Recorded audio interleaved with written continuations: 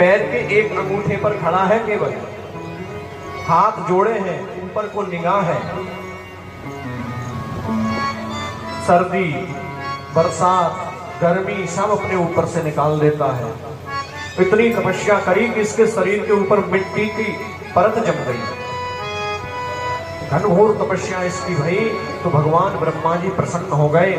इसके पास आकर के बोले, उत्तिष्ठोत्तिष्ठ भद्रते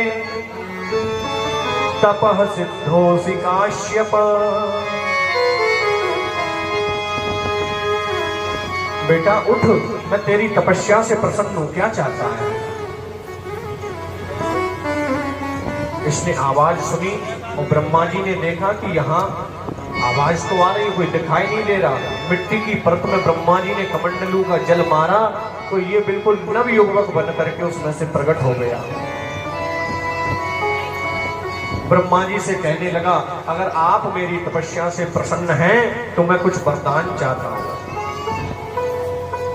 क्या वरदान चाहता है? मां वरदान मांग लिया, मैं अमर हो जाऊं। ब्रह्मा जी बोले, अमर तो हम भी नहीं है, अमर होने का वरदान नहीं दे सकते, कोई दूसरा वरदान मांग लो। बाहर मरो, न ऊपर मरो, न नीचे मरो, न घर में मरो, न बाहर मरो, न मैं अस्त्र से मरो, न शस्त्र से मरो।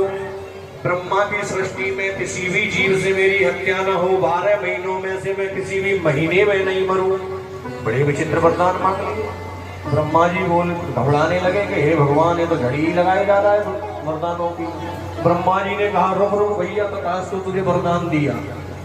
तुरंत ब्रह्मा जी वहां से रघु चक्कर वही वरदान दे करके जैसे ही आया, बल प्राप्त करके इसने अपने नगर में घोषणा करवा दी।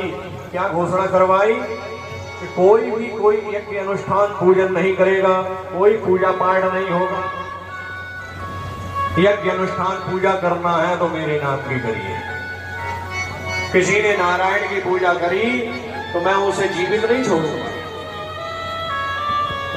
जब ये तपस्या पूरी करके आया, ठीक उससे 5 वर्ष पहले कयाधु ने अपने गर्भ को त्यागा था। उस समय प्रहलाद भी 5 वर्ष के हो गए।